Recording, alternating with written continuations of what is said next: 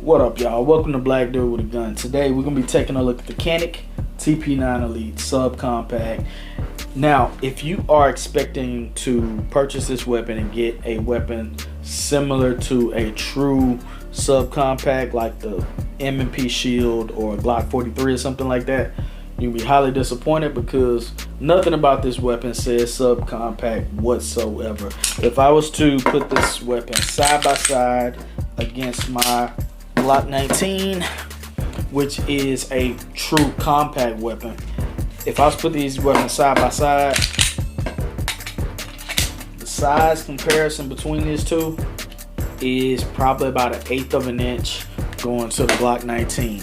So that's a compact weapon. This is considered a subcompact, and I'm not sure why Canik is marketing it as a subcompact, but feels, handles, and looks, operates just like a compact or a full-size weapon. So let's get into the grip. Of course, the grip is one of the most important things that I look for when purchasing a new weapon.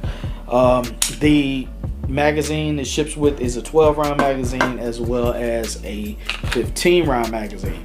Magazines fit very snug, very tight inside of that mag well.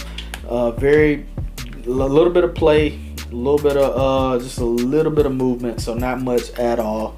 Now, what I don't like about this 15-round magazine is this little area here that's kind of voided out. I don't understand why they did that. It just feels awkward in the hand. It could be mental to me.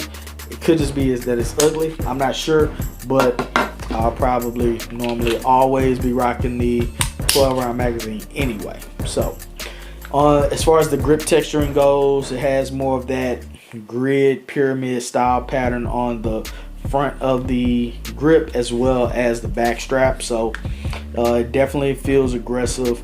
Now, shooting this thing for long periods of time won't irritate your hand or anything, so it is aggressive but not too aggressive.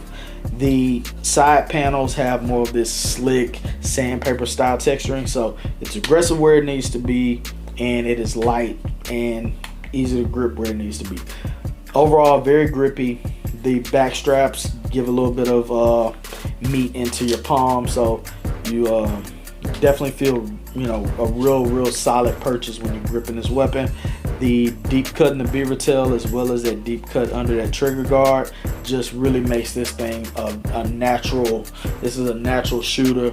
I'm very accurate, very fun to shoot. Love taking this thing to the range.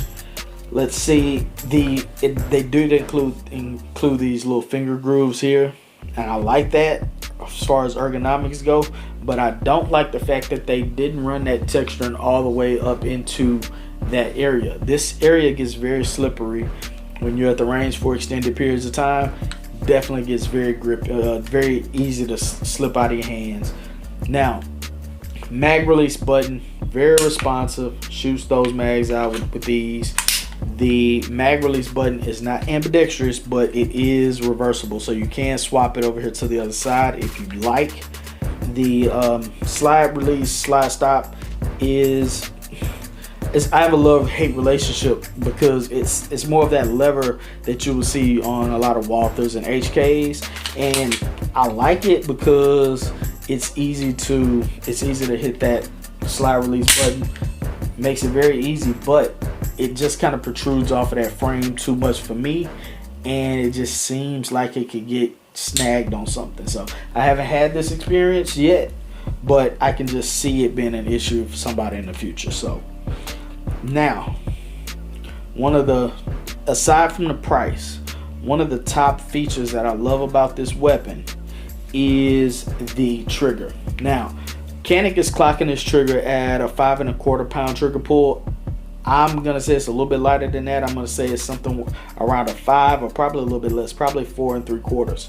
Now, what I like about it is, although the take up is kind of a little bit too long for me, it's a smooth travel. It has smooth travel to it. It doesn't have that grittiness that you normally get in a lot of handguns, so that's a good thing about it. Now, here's that take up. Get to that wall is very definite and crisp, clean break as far as reset goes. very quick. So let me try that again. There we go. Take up, break, and quick release. Now, I'm gonna say that this is probably top 5 stock triggers out of the box that you're gonna see. I haven't seen a lot of triggers that can really compete with this. I mean, CZs, Walthers, all of those guys make really good triggers, and this is very comparable to those $600-700 weapons. So now, let's see. The takedown mechanism for this is very simple. All you really have to do is pull these little tabs down, pull the trigger, slide pops right off. So cleaning this thing, lubing it, I mean, it should be a breeze, shouldn't be an issue for you. Now, what sets this weapon apart from the competition, especially in this price point, these internal components are normally made out of polymer and aluminum and all of that. These are actually nitride coated and nickel coated, so makes this thing very durable, very reliable. All the ammo you're gonna run through this thing is gonna cycle properly. You're not gonna have many malfunctions. I haven't had any malfunctions out of this weapon whatsoever, and not only have I not had any malfunctions, but I haven't heard of many people having malfunctions out of this weapon. So the Picatinny rail, 2-slot Picatinny rail.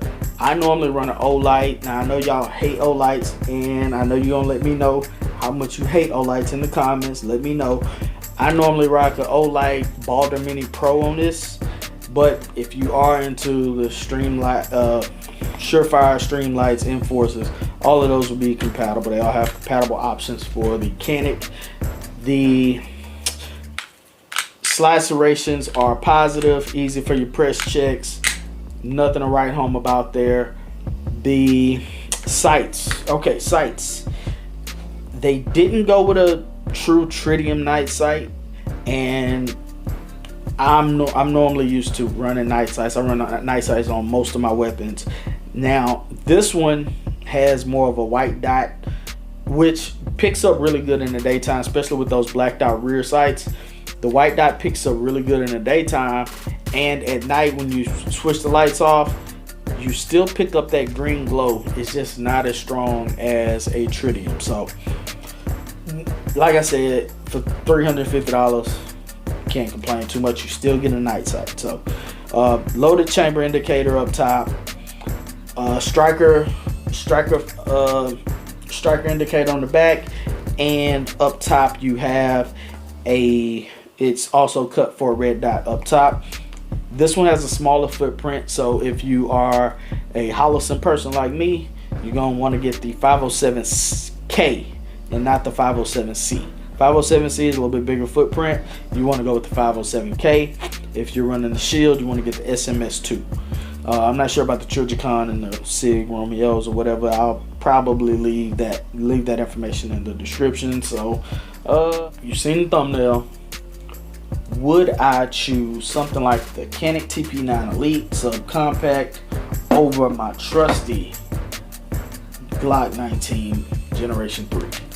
That's gonna be a hard yes, and the reason why is because yes, Glock is known for durability, reliability, all that nonsense, right? Of course, we already know what Glock is known for. This is a 15-year-old weapon, and it shoots and cycles better than some of my $500-600 weapons that I bought 2 months ago. So I can submerge this in water, sand, mud, all of that, pull it out, and it's gonna cycle perfectly. Now, we all know that. Cannot take that from Glock. But what has happened is, for the past, few decades, all of these other manufacturers, in order to compete with Glock, in order to be competitive in an industry that's run by the Glock standard, a lot of these manufacturers had to include all of those little extra bells and whistles, right? They had to include the upgraded triggers and stippling and all of that other stuff just to compete with Glock. And what has happened is, I would say over the past 5 to 10 years, is a lot of these manufacturers and really the entire industry has kind of evolved as far as build quality goes. The standard is kind of raised, And so what has happened is, not only are you getting good build quality out of companies like Canik, HK, CZ, Springfield, SIG, they're giving you good quality weapons, but they're still including all of those aftermarket features that you normally see. And Glock has failed to compensate for that. You know, so Glock is still putting out good quality weapons, but you know, people are buying Glocks and they're like, hold on, I'm tired of these plastic sights. You know, let me add some tritiums on here. Let me get my slide milled for a red dot. Let me get a better stippling job. I want, you know, everything. They're adding all of this stuff to their weapons, taking their $550 Glock, turning into a $1,100 or $1,200 Glock. At that point, you may as well buy a $1,500 Zev OZ9 or something. I mean, you're literally taking a gun that's built on performance and quality, and you're trying to put all this stuff on it that all of these other manufacturers are including standard. So what are you gonna choose, Canik or Glock? And leave me a comment, let me know, what are you choosing, Canik or Glock? Canik or Glock? And if I'm gonna give this a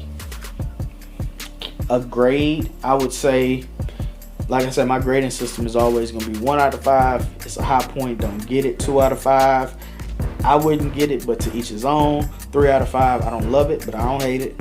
And 4 out of 5, I like it. It'll probably go in my rotation. 5 out of 5, everybody should have it.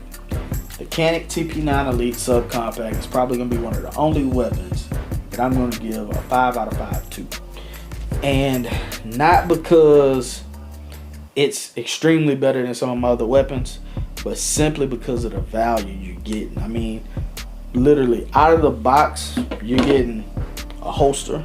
Comes with a holster and a hard case. Comes with interchangeable back straps. Already milled for a red dot. Night sight. Picatinny rail. Very good ergonomics. Upgraded trigger. Easy takedown. Durable internals. All of that stuff for $350. You're not gonna beat it. Okay, so I'm definitely giving this a 5 out of 5. Pros and cons to this weapon, I would say cons: size. That's probably the only con I would say about this is I'm used to carrying subcompacts. This has kind of pushed my boundaries a little bit because, like I said, I strictly carry subcompacts and that's it. And this weapon kind of pushes those limits. So I do carry this on a regular basis. I would say I'm carrying this weapon once a week at least.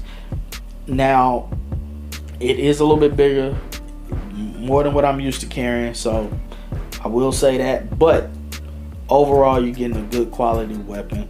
Pros to this weapon, like I said, grip, ergonomics, trigger, cut for a red dot, all of that stuff, ambidextrous slide stop, slide release button.